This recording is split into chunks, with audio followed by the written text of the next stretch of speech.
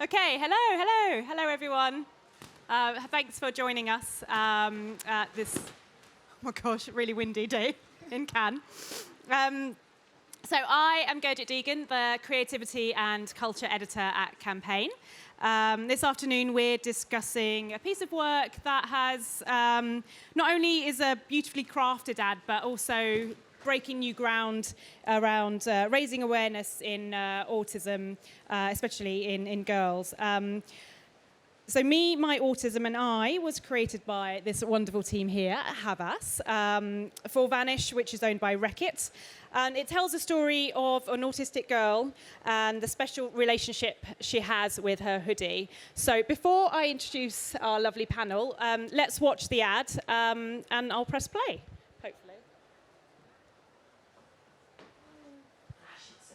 I'm not going. You are going. I can't. You don't get up and get dressed now, then there's no sleepover on Friday. That's not fair. Why are you punishing me? Because I've got to get you to school, though. Come on. No.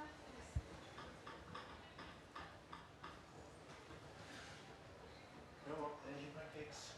Thanks. You've not had your breakfast yet? Sorry, she's not. We're 1 minute late. Oh, it's a little bit like on Friday. You're so dozy. You're going on for one. It's too late. You want to eat before we go to school. Good day. I'm leaving. Hurry up. Ash, where's your legs? I'm going to You got your own today, then? Mum can turn the radio off.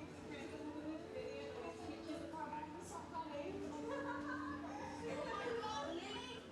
shut up. We're talking about the hoodie. Razor on, please. Have we already done repairs? Let's have a look. That is exactly right. How do you want to do that without a calculator? It's a little tougher for you, I think. Oh, I don't have my overlay. I can't read this. I'm gonna see if I've got anything. You okay?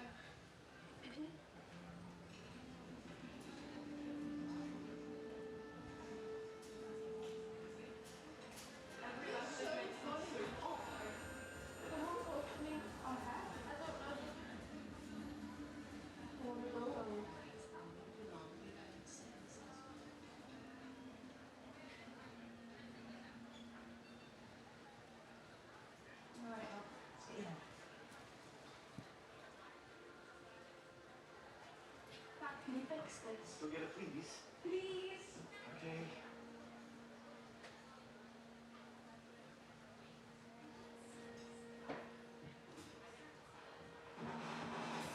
That's always like this. Sometimes it's not.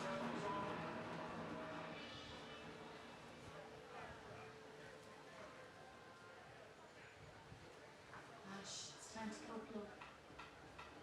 Mum, have you seen my hoodie? You dad washed it yesterday. It's on the banister. Are you sure it's not here, Lily? Have you moved my hoodie? Obviously I didn't. I'm gonna check your room because Ash, I told you. Ash, no, Lily. It'll be upstairs. Dad, do you know what? Look, wet towel. And the glaze is on the floor. Oh, please, take it. Whoa. Right, enough. Look. Don't touch me. Don't touch me. I need my hoodie to go into school. I'm not going into school without it, and Lily's taken it. She has.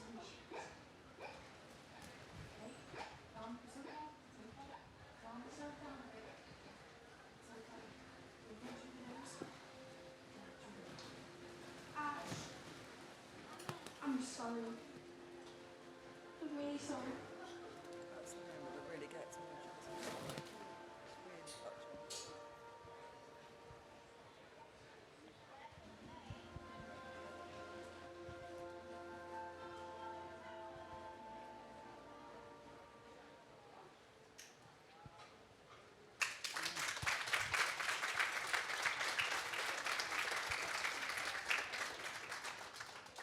Brings a tear to the eye. So introducing our panel, we have Chidem Kurtulush, have I said it right, I hope? Marketing Director for UK and Ireland at Reckitt, Xavier Rees, UK Group CEO at Havas, Becky Taylor-Wilkinson, strategy partner at Havas London, and Holly Isles, who is the senior creative at Havas London. So welcome, thank you for joining us. I wanted to start, Zav, with the relationship you have with Reckitt. Could you tell us a bit about the background on that? Yeah, I mean, well, first thing to say is it's a 21-year client relationship, so that's an important part of the story. We at Havas, we work across a number of Reckitt's brands across the world, and at Havas London, we lead several of their brands globally from the team here, many of whom I can see in the room. So Vanish is one of those brands, and we've been on a long journey together. And I think the interesting thing about the Reckitt relationship, particularly when I look at how the team works together, is there are some really, I suppose, fundamental things that make it what it is. And I think probably the most important is that what I see now is that they all share a single vision and focus on achieving the same thing. And I think that's that they know creativity can be a driver for business growth. And when you've got a shared agenda like that, it means all the conversations cease to be subjective, because you look at them all through the lens of whether they're going to help you drive the business and use creativity to do that. So I think that's one thing that both sides of the relationship have achieved amazingly well, and continue to improve that focus over time. I think there's also a deep, and Becky will probably be able to talk about this better than I will, but a deep understanding of both the brand, but also the customers, people that buy the product, and the things that unite those. And I think that's super important. And then I think also probably this comes from from that first point, the point around a shared focus and vision. Is that with that comes a belief that you can all really believe in the thing you're trying to achieve, and that brings both conviction, confidence, and also creates an environment where I think this team have done it particularly well, where you create a bit of safety to be able to have some difficult conversations. But if you all know that it's in pursuit of something you both want, those conversations are much easier, and nobody feels worried about having them. And so if I were to sort of sum it all up, that's what I would describe. And it was never truer than on this project, where it took a lot of belief, conviction, room to have some of those conversations as well. But everybody from really early on agreed that this was a chance to use creativity to not only drive the business forward, but also to use take the responsibility and use the business and the money that we use to have a positive effect, which is what all the best advertising can do. So with the money, you mean that it won the Channel 4 diversity? Partly, I suppose I mean any money that is being invested in marketing. I think you have a choice. You have a choice to functionally use that to get a message across, or you can use the money in the same way and leave the world a better place afterwards. And I think that's what the best advertising has always done. I think this is a great example of that. Chidam, did you have something to add on the relationship with Havas? Yeah, definitely. I think our relationship is really built on trust together. And also a good relationship shows up when the agency feels safe to bring good ideas to you, crazy ideas, not only the ideas that you briefed on, but the ideas that they want to do as well with you as a brand, because that grows the brand truly, rather than you just brief the agency, you come back. So I think the security relationship is really good. It doesn't mean we don't fight. We challenge each other a lot. We fight a lot. So I think none of our meetings is like very, soft. But then when we leave out the room, we all know that we are fighting for the same things, just for creativity, for doing better all together. So it's a very safe relationship that we don't avoid challenging each other. We always bring the best. I think we have a lot of our team sitting out there. They are nodding. So it's I think the safety of relationship that we have all together. So how did the campaign come about? Literally, it started with a provocation, because Channel 4 in UK is running a D&I award. For the ones who doesn't know, that's really a kind of very hard to win award. And the announcement came over. We just were discussing about that team, but that was just a conversation. Then the agency came with a super idea on that one. So they came to me on one of the days, like out of the sky, saying, like, you challenged us to do something on Channel 4. Then it created the inspiration, and here is the idea. But we didn't even brief the idea, so there wasn't a conversation. It was just a provocation. They brought the idea just like one Friday evening, so it was like in our inbox, so face-to-face explanation. Yeah. Becky and Holly, so how did you come up with the idea then? Do you want me to start? What kind of almost came out of an everyday product brief, really. A group of people in a room, a lot of my team sat down there, and think about why clothes really matter to people and how they can take on such a new level of importance. And when we thought of kind of the neurodiverse community and autistic people in particular, when clothes can become a way to kind of navigate the world and a way to regulate your senses, they take on a whole new level of importance. And it was kind of an insight that was so intrinsically tied to the brand itself and the brand's purpose of making clothes live longer. And honestly, that kind of lit a light bulb in a few minds, and off we went. It was kind of released from there, and the research began. Absolutely. Yeah. I mean, I think it was an area that was quite close to a lot of people's hearts. So once that insight had been realised, we got to work. We did so much research. We spoke to so many people that are in the community or connected to the community. And it kind of snowball effect, really. It was. We knew we had the germ of something. We knew that there was this very clear overlap between what the brand can do, which is keep your clothes looking, as they were when they went into the wash, and keep doing that wash after wash. And as Holly says, we knew how important, how crucial that was for this particular community. So once we'd kind of made that light bulb moment, and there were quite a few people that had very personal stories around that, In Havas. Within Havas, absolutely. And we started partnering with Ambitious About Autism, which gave us real depth of knowledge around the community. We were able to have questionnaires with the community, get the real depth and the detail of how those clothes are used, what they mean to people, how they connect with them, etc. So I think from that initial spark, it just grew and grew and became really quite a solid and, rigorous piece of thinking that backed it up. Did you want to? Yeah, maybe I can add a couple of things just to explain the context as well. So in Reckitt, every brand has a mission to play within the journey. So we want to make sure that all of our brands serves to society in the best way by, really targeting one of the SGD goals. And Vanish's goal is responsible consumption. So we want to help people to have responsible consumption on the clothing. When the idea first came over, we wanted to understand whether this was a good brand fit as well for the idea. The mission of Vanish is like, I assume everybody knows Vanish. Are you using Vanish at home? So it's the kind of like very good, very amazing stain removal power. And it's loved by a lot of people, a lot of, households as well, in UK, globally as well. But at the same time, our mission to help them to understand their responsible consumption habits, because fashion is the second most polluting industry in the world. And then imagine how many percentage of the wardrobes that we are using every day. Only 20% of the wardrobes are being used. So we are trying to inspire people just to start using their own wardrobes, and Vanish is an enabler with its great performance just to get the clothing done wash after the wash.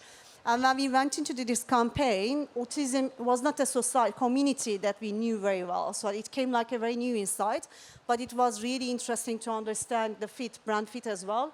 Because when we deep dived into the autistic community, we have done a lot of calls, a lot of understanding surveys as well. We have found like 70% of the autistic people rely on familiar clothing just to feel them secure. So you'll see a lot of autistic girls, autistic boys, that they keep wearing the same clothes forever.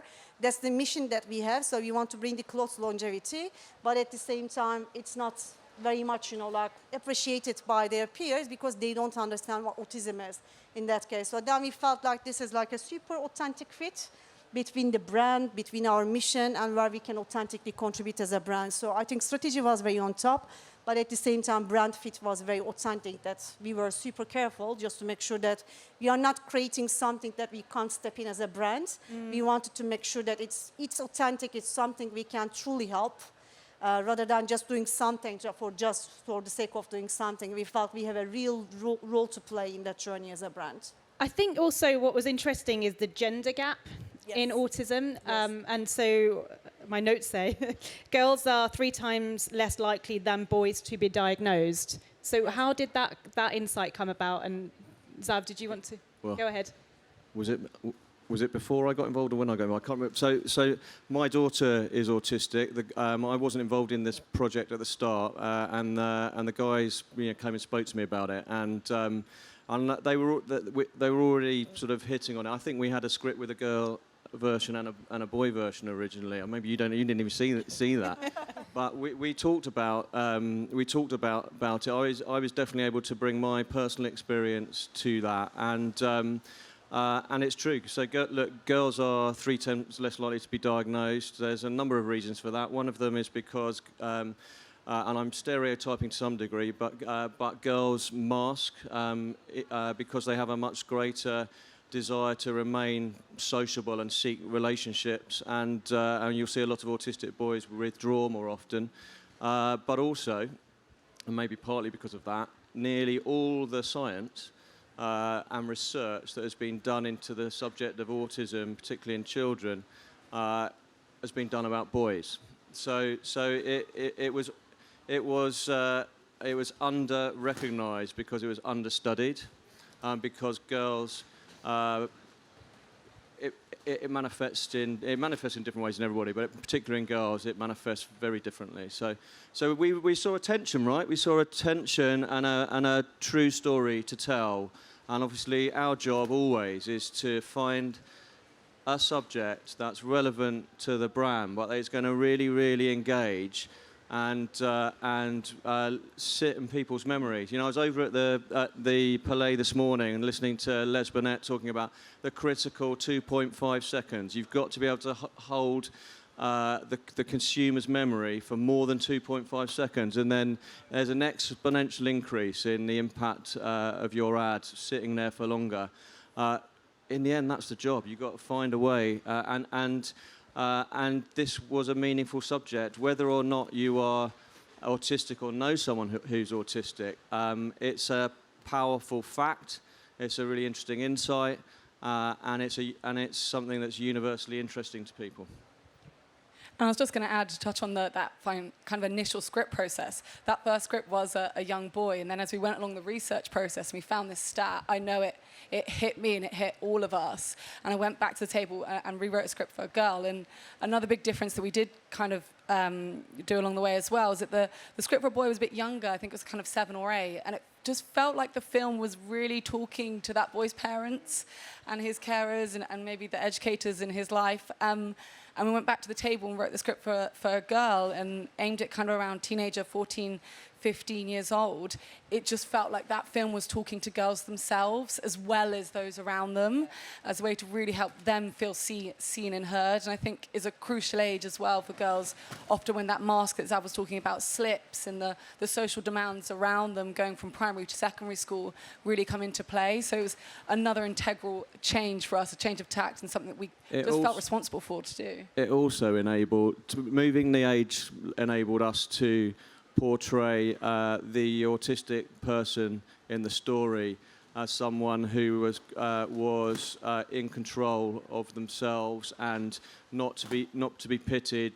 She wasn't being cared for as much as seeking for support around her to help her meet the needs she had. And so I think in that moment, it's a critical moment. It shifted from being I think, probably a more generic story, a more stereotypical story about autism, to something that I think goes unspoken, but that represents the experience of so many people in the community. And I was just going to add to that, in popular portrayals in, TV, cinema, etc., whenever you think about an autistic character, 9 times out of 10, they're likely to be male. Or, boys and men rather than girls. And I think, as you say, the fact that we chose a girl, and a girl of an age where she had agency and made choices and had, a voice through the story, really added to the impact of it. And it felt like we were able to talk to a much bigger cross-section of people, as opposed to, hey, parents, have you got an autistic child? To, have you got an autistic child? Do you know someone with autism? Are you autistic yourself? You know, does this look familiar to you? Should you look into kind of seeking a diagnosis as a girl or as a woman? And so many people since have said to me when we've talked about it, this spoke to me, this felt real, I felt seen. And for me, that's kind of the biggest win of the whole thing. I was just going to say, sort of back to the process. And, you know, it's already evident listening, I think. But again, the best creative processes are ones where you continue to work and really strive to make the idea better, make the execution better every single step of the way. And sometimes, sometimes in some agency, I feel like that they feel the job is to put the idea on the table and then change it as little as possible and defend and protect it. I think there's a difference between defending it and making it better sometimes. And what I saw with this team, it made me very proud with what we're achieving at Havas, which is that everybody contributed to constantly striving to make the idea better at each step of the way, including clients. And I think that's a really important part of it, right? Clients make the work better. People from outside the creative department make the work better. And I think there's no better example than this process, because it was a learning. It was a learning at every step of the way. Do you want to? Maybe I can end up wanting on the process from the client side as well. When we first started the campaign, we started as a Vanish team. But I think the campaign was managed by more than 100 people who were working at Reckitt, not working on Vanish, because either they had an autistic child or they have known a neighbor. A lot of them wanted to contribute to the campaign, and we involved them in the whole process, our communities, the societies. So a lot of them, they really contributed to every script, you know, like the process, the campaign in every line. So it didn't stay like just a marketing campaign. So we took it really seriously as well, just to try to understand like how to even train our own employees about autism, how to really deal with them better. So I think that's a good thing for a lot of companies to do as well, because we don't know how to manage autistic communities in the companies. So there was an angle that we have done with our HR teams, just to train the teams better. A lot of teams joining just to spread the word, support the campaign. So I think when people put their heart into a campaign, you can see the real power that it can bring rather than just like a regular campaign. So I think the same in Havas. Even our media agencies are running a lot of trainings for their employees at the moment. This is fantastic to see, really.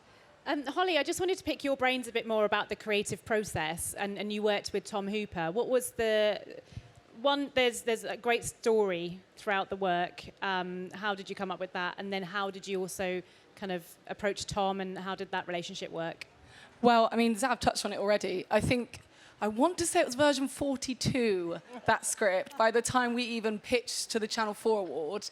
And I think it was because of all the research that had been done along the way, and also how every single line in that script was written based from an interview or a TikTok or a blog we'd found. And it was truly with the aim of building kind of a really complex three-dimensional character. All too often, portrayals of disability are so two-dimensional, and that was something that was really important to us. So post Channel 4 win, the pressure was on to actually make this thing. And we were so lucky to secure Tom Hooper, who we just entrusted to take this really sensitive story into the mainstream. I think he has such kind of a fascination with themes of acceptance. It's so prevalent throughout all of his work. And this was a really kind of unique opportunity for him to take that kind of passion and interest into his commercial work. And so straight away, from the very first conversation we had, I think he said it was the most passionate and enthusiastic director's pack he'd ever seen and ever read. And he just met that enthusiasm straight away. And we knew that that was a partner we wanted on board in this collaborative process. And then through him, that the casting process was particularly important. We all kind of felt that this rested on casting. So the whole family. So could you explain that a bit? So the whole family. It's her family, and you recreated her bedroom. And exactly. So not only did we cast Ash, who had very little experience of acting before, so that was phenomenal, but also we cast her family alongside her mum, her dad, and her sister, even her two best friends, which we brought down from Liverpool as well, in the school scenes. And we meticulously recreated her bedroom and the hoodie she actually wears is based on her real life hoodie as well. And I think that was really important to get the chemistry right on set and also let the authenticity really shine through of her story. I was just going to say, that's super important because we were convinced we needed to cast an autistic girl. And the only way to make the environment feel safe and not feel foreign and difficult for her to perform in was to bring her whole family into it, to recreate. All those things were about making sure we could have a brilliant autistic girl in the lead without creating an environment that she just could not be in. Yeah, and once we did find Ash and her family, we completely evolved the script to make it completely bespoke to them as well, making sure that everything in the film is based on their kind of So another script change there. Yeah, oh yeah, just another one, version 43 at that point, yeah. But we did that with Tom, and it was really important to us to make sure that the honesty was there, and it really shows kind of letting someone tell their own story, the power of the piece and how it ended up. And I think it feels so authentic because it is so true. It's absolutely based on the reality, the lived experience of that family in every single day of their lives. But as Holly just mentioned, even on the very first script, every single piece of it, every single word of it, it was like a jigsaw pulled together from real, whether we've seen a TikTok, whether we've seen, a snippet of an interview, whether we've kind of, read a blog, whether we've spoken to someone ambitious. Every single bit of it was absolutely crafted around real life stories and forming this entire piece that was not just one person's story, but the voices of many, many people, because some of the research we did through Ambitious About Autism, we were able to give voice to so many people and hear so many experiences from the community, focusing particularly on women and girls, that we kind of really started to understand who these people are, how they feel, and how they live. So I think it was authentic, built in from the start. So what about learnings from the campaign? What were the big learnings? Cheadam, do you want to? The most critical thing is to find something that's true to the brand, where you can really actually contribute, and talking to people's hearts rather than just only minds. I think talking to people's hearts and a real thing that they are handling every day has a huge, powerful impact. Just to give you one example, we started airing the TVC on one Friday Google Box airing in UK. We all were extremely excited, but we weren't prepared for the full results. We all had to go back to the offices that night because the impact it created was so huge that we had to onboard like 25 people working full 3 to 4 days on the campaign because the comments were flooding. Just, it started with one TikTok video. I think we had like 5 million views in just 1 hour, 234 comments. And the community were creating the comments. They were talking to each other. We could not even respond. They were responding to TVC as well. That was the impact that we have seen. It has become the most talkable topic of UK for, I think, 2 times in that week. So I think the impact was so huge that I have never seen personally. So that shows the real power. So people owned the campaign. It wasn't like a campaign by Vanish. It was their campaign that Vanish was contributing somehow. That was so lovely to see. So the impact that it created was, undeniably very high, very impactful. I'd just say there's no such thing as a low interest category. I mean, that's a really important point to make. This is a product ad. It's got a story right at the heart of it that is true about the product and about how consumers feel about the product. The script couldn't exist without Vanish. Yeah.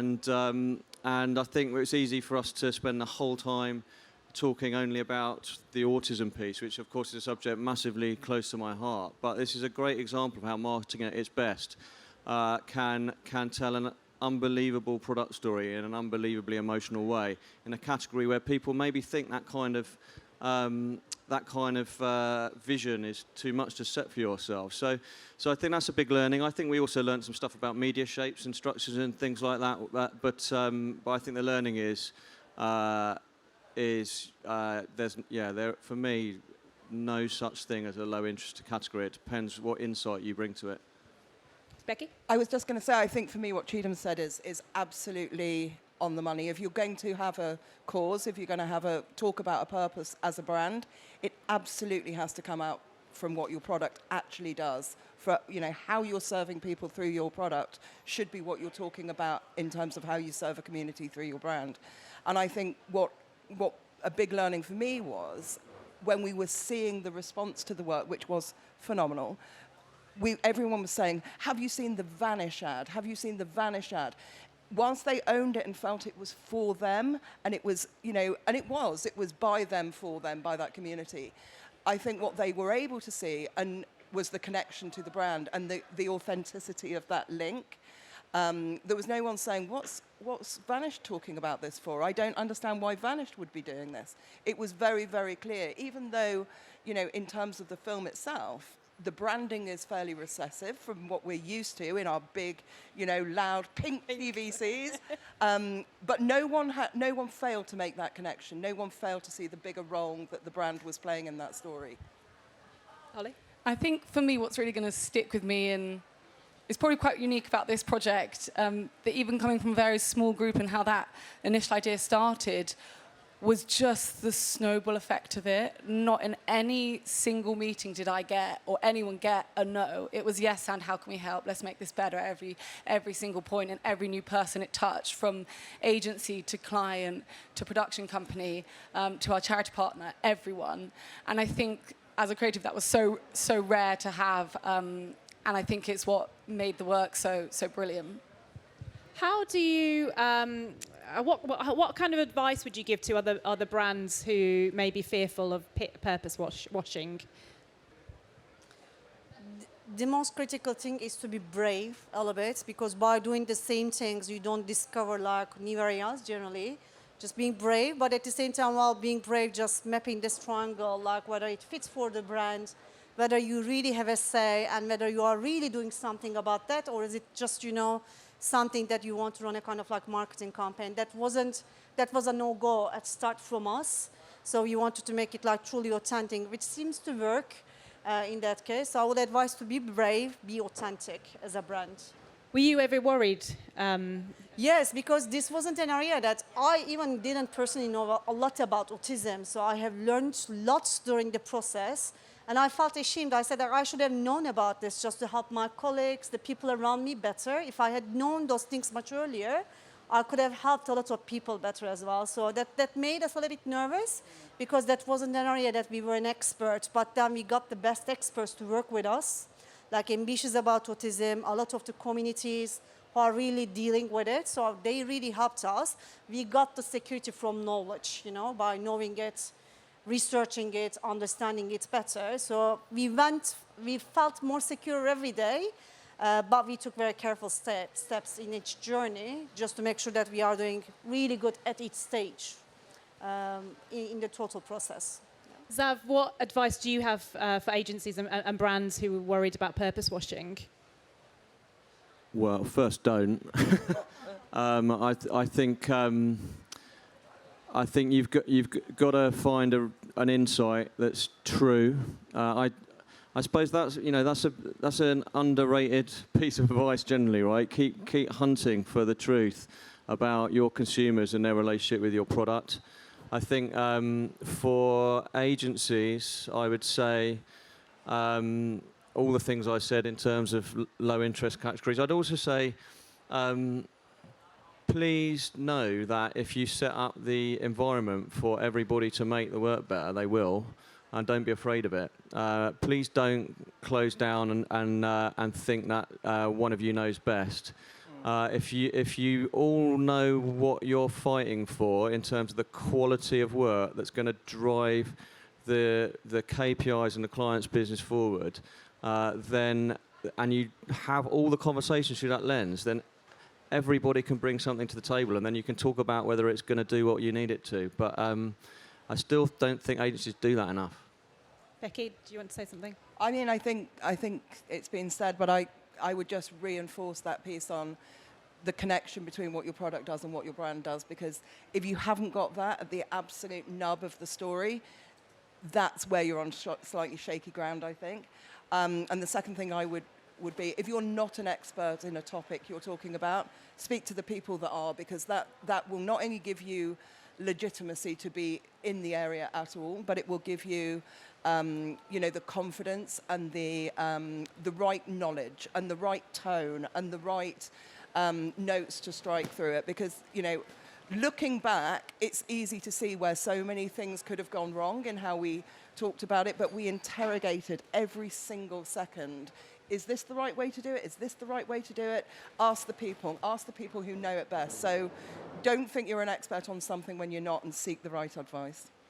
I'd also add that work that represents more marginalised groups comes from diverse and inclusive teams, and you need that within agencies to truly reflect kind of the outside world in all of its glory. So do we have any questions?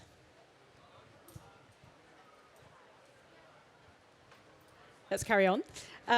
So you've, Holly, just mentioned about reflecting underrepresented groups in ads.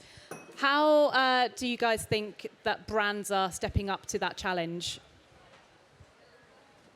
I think there's been a big step forward of late. I think, we are starting to see more diverse representation and more diverse portrayals as well. I think brands almost have to lead the way on there, because people are starting to expect it and demand it. And I think it's one of those things that it's actually more visible now by its absence. If you are sticking to a very kind of, generic Adland kind of, family of yesteryear, it does look, and it does say certain things about your brand. So I think it's, expected, demanded, and absolutely rightly so. I actually think brands I think we're at a real difficult moment where we're in danger of people doing it by numbers. And I think the biggest, a lot of the marketing and advertising community have already spotted this, but you've got to move behind a kind of desire to, to have the numerical representation of diverse audiences in your advertising. You've got to tell the stories of diverse stories about diverse ranges of people. If you tell their stories and they're real, and it doesn't look like you've just tried to get numbers, then I don't think you can go wrong. But actually, I worry sometimes that's that sort of representation, rather than thinking about the role that we're asking diverse people that we're telling, whose stories we're telling. If you don't get down to that level of what story we're telling, and you just show numbers, I use that word deliberately because it sounds quite cold and alarming, right? But you can spot them a mile off, and people, people look at brands then, they spot it, they know what the game is now. So you've got to do more than that. So I think stop at numbers and we diminish the whole subject. Tell people stories, you get to a good place. Cheat. Maybe one thing to add, sometimes, it's a kind of like a combination of magic and science together too. For example, for every advertising we go on air in UK, we are also testing from the D&I angle, just to make sure that it doesn't have any kind of blind spots. People are telling us if there is something really no-go, because some of the areas are very clear, but some of the areas are still not that clear neither. So we are learning each day. It's good to put some science behind that one and looking at the ads, not only from the lens of the creativity, etc., but looking at the lens of the D&I is equally critical, just to move the needle, just to make sure that people have the KPIs, just to move the needle, rather than just telling them this is a good thing to add. So the combination of magic and science to move the needle is really critical for brands, just to putting some endorsements behind it. And how much is fear of getting it wrong holding brands back? It's a lot. For example, when you step into a kind of just use this example, the autism is not an area that we are experts on. So if you ask anything about stains, people, clothes washing, anything, we can tell a lot. But when it comes to a topic like autism, even the first idea came in, we have done lots of research just to understand. It wasn't like a regular process. You jump on the idea. We have done a lot of research to understand we are not getting wrong.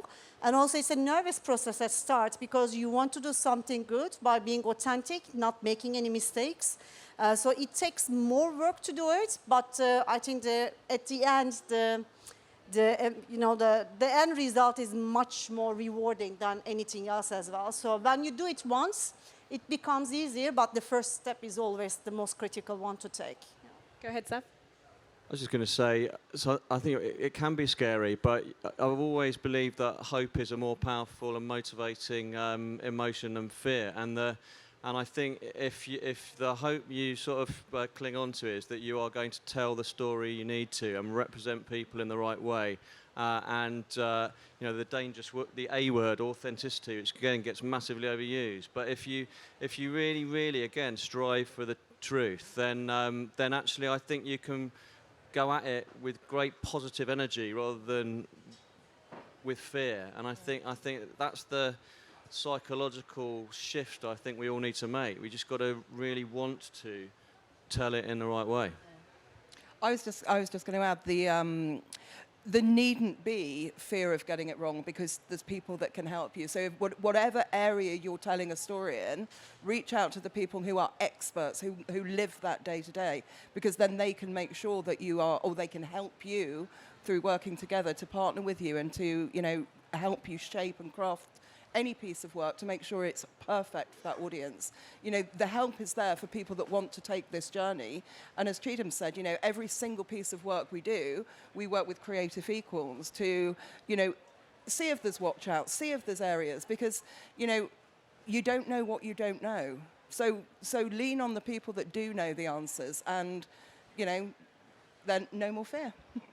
I think to reiterate that, some brands, when they go cause-led, feel like there's a whole new stakeholder involved in that kind of community they're trying to represent and reflect. And I think rather than thinking about it that way, if you actually look at an opportunity to make something with that community and exactly lean on those expertise and start that two-way conversation and that dialogue, and also know your place within that as an enabler of that conversation rather than a leader of it.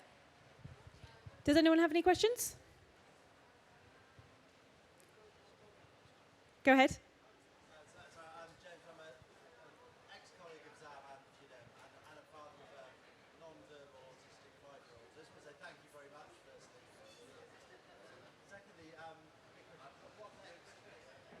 What next? So we already have a plan just to move forward for next year because this is a journey. We just started the journey. So for next year, one of the key targets of this campaign has a campaign called as Written Off, just to support ambitions about autism, to change the government regulations in UK.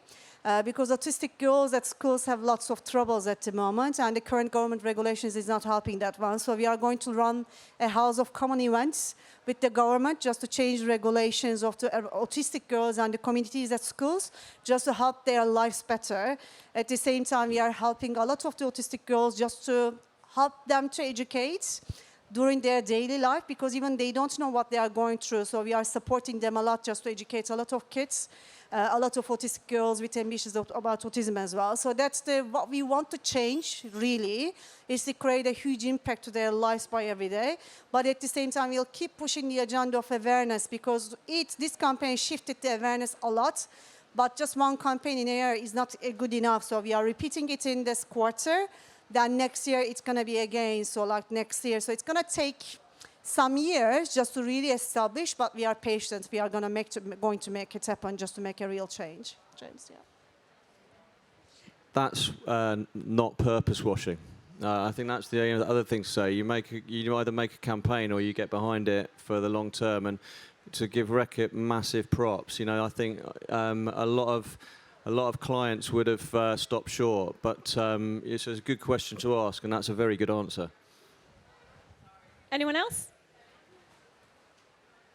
Okay, let's wrap up with the final question. What was your favourite part of the process, personally speaking? Who would like to go first? The day after we ran the campaign, I got a kind of team member who came to me. He said, did you know that I'm also autistic? And she never told me before, so like maybe we are working like for the last 10 years, etc. That was my favorite part of the process because, you know, she wasn't feeling comfortable to tell it to me. But the day after the campaign, she confessed it to me, and I heard like Ash got lots of telephones when the TVC went on air. So her friends were apologizing to her for behaving really bad to her at school. They said like, now we understood your situation. For me, the best part of this campaign is the impact it creates to each person on a daily basis. So it was the most touching part for me personally. That's lovely. Wow. Zav? Can I do a best and worst? My favourite moment was, it going out into the world and working. I still am quite moved by the conversations I have, and I call them letters. They're sent as emails now, but what we've received in their hundreds, probably thousands, is letters from people who say it's the first time that they have felt like their story, their family story, has been told, or that they've been seen. So I think that's rewarding. I think combined with that, the fact that they refer to it as the Vanish ad. I saw the Vanish ad, so that's super important. So that's just my personal view, I had an absolute nightmare running my daughter alongside me in this process. So I was super nervous about how she would feel about it. I didn't actually tell her about it until we got shortlisted for the Channel 4 award. I then knew I had to, because it was going to become public. I had to sit down and have a conversation with her. And from that point, I had another client. It was an absolute nightmare. I had to show her the presentation. I had to show her the script. I had to show her the casting. She came on the bloody shoot. She saw the first edit, the whole thing, and actually I only reflected on it afterwards. You see, in the moment you're just doing it, I realised what a nightmare that'd been. But yeah, so that would be my story. I think the impact, the things that we were seeing people saying about the campaign. People were saying thank you to the brand. How often does a brand get thanked for a piece of communication?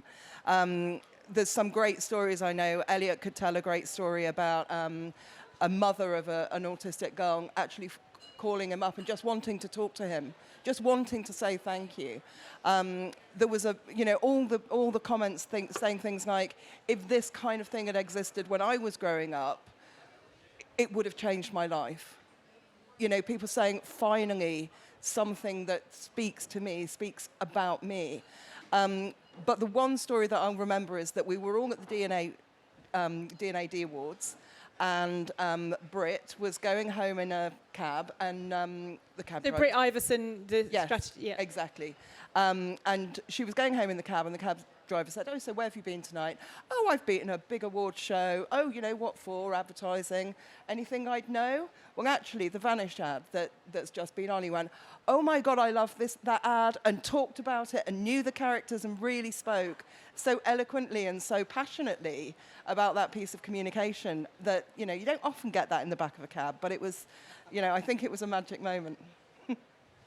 I think for me, again, impact is huge, but maybe to go for something a bit different was that script version 43, which was probably 4 days before the shoot. That was finished, and we sat in a pre-PM sweating. Even Tom Hooper was sweating, and Sheena came in, and Tom beautifully read the script, and there was, yeah, that sounds great. Smile, approved, let's go. This sounds amazing. And I think that will certainly never happen again. I don't think ever in my career.